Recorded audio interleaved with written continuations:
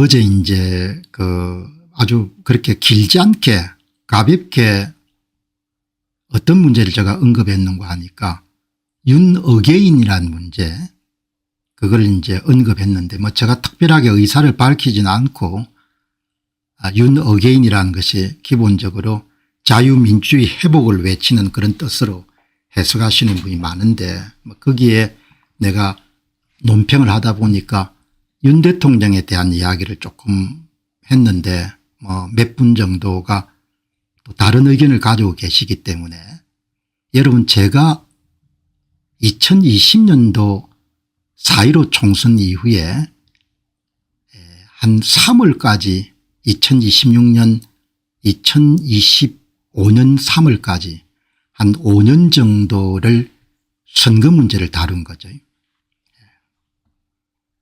선거 문제를 다뤘는데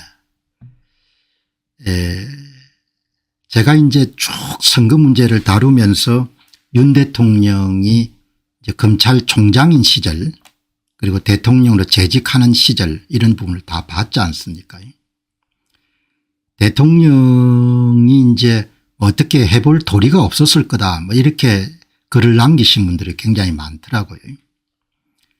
제가 여러분들 이 선거 문제에 대해서 관심을 갖게 된 것은 제가 학위를 이렇게 여러분들 수량 분석적으로 썼기 때문에 당시에 조슈아 씨가 여러분 보내준 그런 통계 분석 자료를 갖고 선거에 문제가 있구나 이렇게 판단하고 이제 선거 문제에 뛰어들었거든요.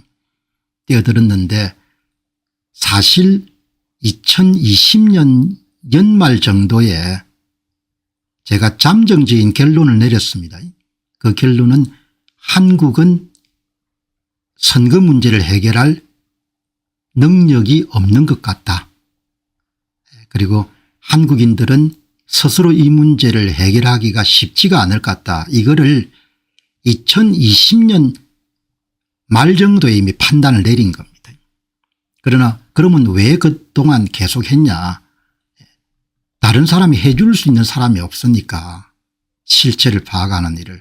그래서 한 5년 정도를 계속한 겁니다.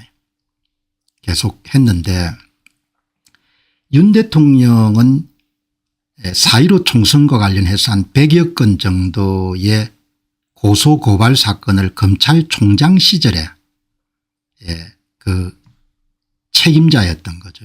그걸 전부 다 덮은 거지 않습니까? 전부 다 덮었죠. 전부 다 덮었고 윤 대통령은 울산시장 선거 문제에 본인 입으로 수사가 이루어지지 않도록 내가 조치를 했다 이렇게 이야기한 인터뷰들이 남아있지 않습니까? 그러니까 윤 대통령은 검찰총장 시절부터 한국 선거에 문제가 있다는 걸 본인이 잘 알고 있었던 거죠. 그리고 이제 대통령이 된 거는 기적이지 않습니까? 그 대통령은 될 수 없는 대통령 선거였거든요. 그걸 대통령이 된 것이고 제가 분석한 바에 따르게 되면은 국민들 눈도 있고 하니까 근소한 격차로 당시에 야당 후보가 당선되는 것으로 그렇게 추진을 하다가 그게 잘 안 됐던 거죠. 계획대로. 그렇게 해서 윤 대통령이 당선이 된 겁니다.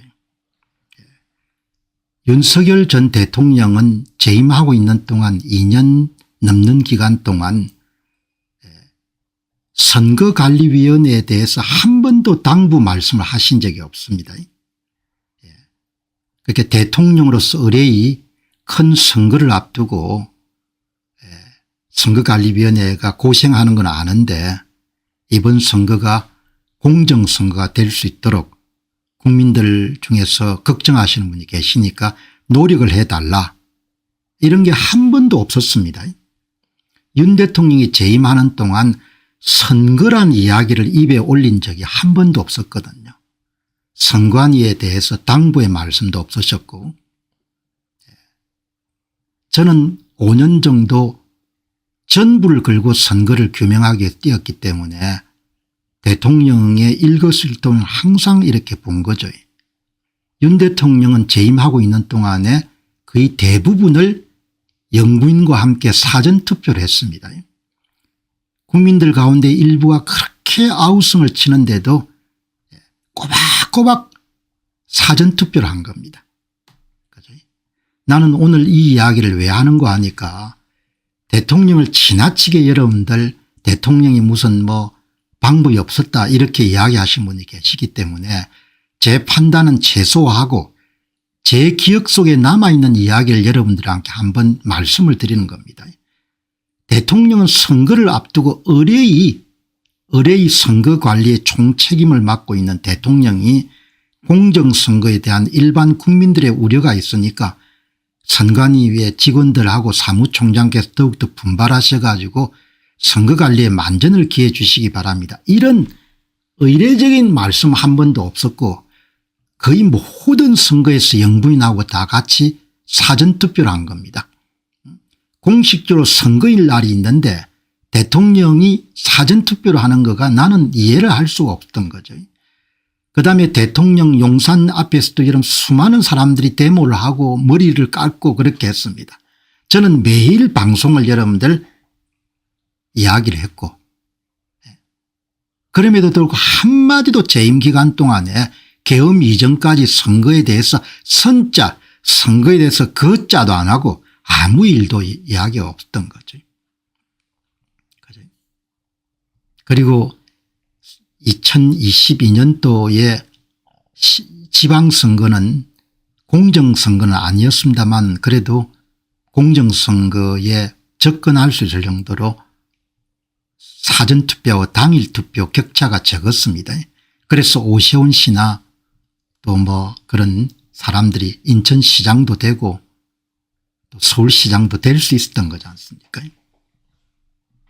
대통령은 정보기관을 두고 있기 때문에 그 내용들을 소상히 알고 있었을 겁니다. 그러나 대통령은 한 말씀도 안 한 겁니다. 그러니까 대통령이 언제부터 본격적으로 움직였는지는 짐작은 됩니다만은 그리고 여러분 그 클라이맥스가 뭔가 하니까 선거관리위원회 사무총장을 그 문제가 많았음에도 불구하고 판사 출신을 임명한 거지 않습니까? 거의 절망적이었습니다. 저는 한국인에 대해서 거의 절망적입니다. 절망적. 한국이란 나라에 대해서 거의 절망적이에요. 그 수많은 사람들이 목숨을 걸고 외치는데 판사 출신을 이런 임명을 한 걸 보고 얼마나 사람들이 낙담을 했겠습니까? 대통령의 계몽령이 모든 것을 덮을 수는 없는 거죠. 그리고 그 선거 가운데 대통령이 재임하고 나서 1년 정도 지냈을 때 4월 선거 10월 선거가 다 문제가 많았고 특히 2023년도에 강서구청장 선거는 어마어마했지 않습니까? 한 말씀도 없었던 거죠.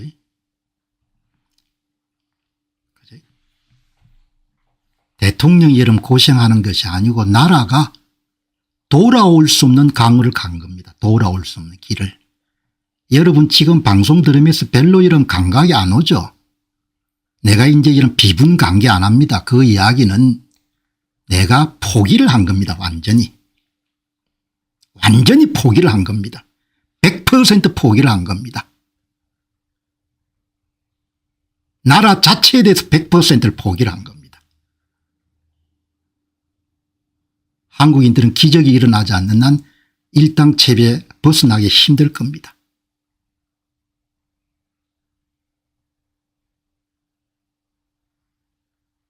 선관위 여러분들 사무총장 임명한 거 보시기 바랍니다.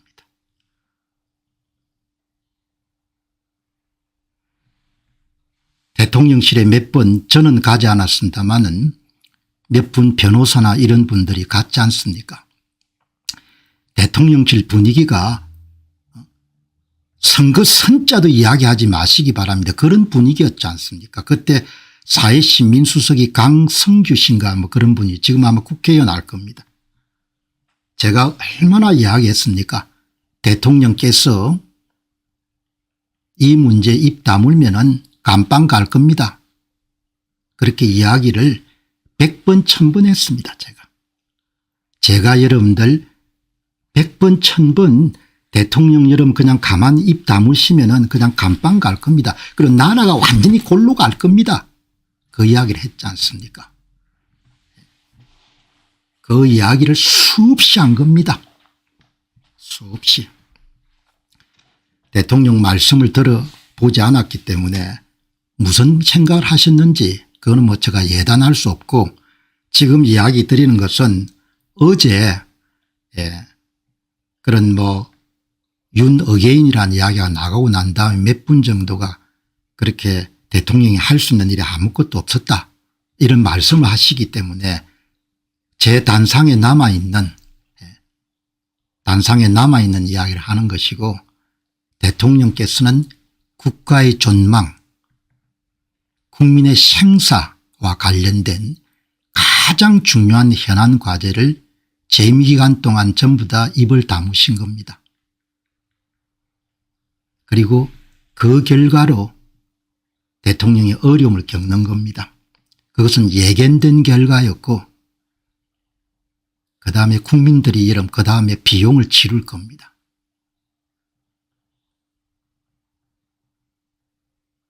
얼마나 앞으로 비용을 치르겠습니까? 엄청난 비용이 되겠죠.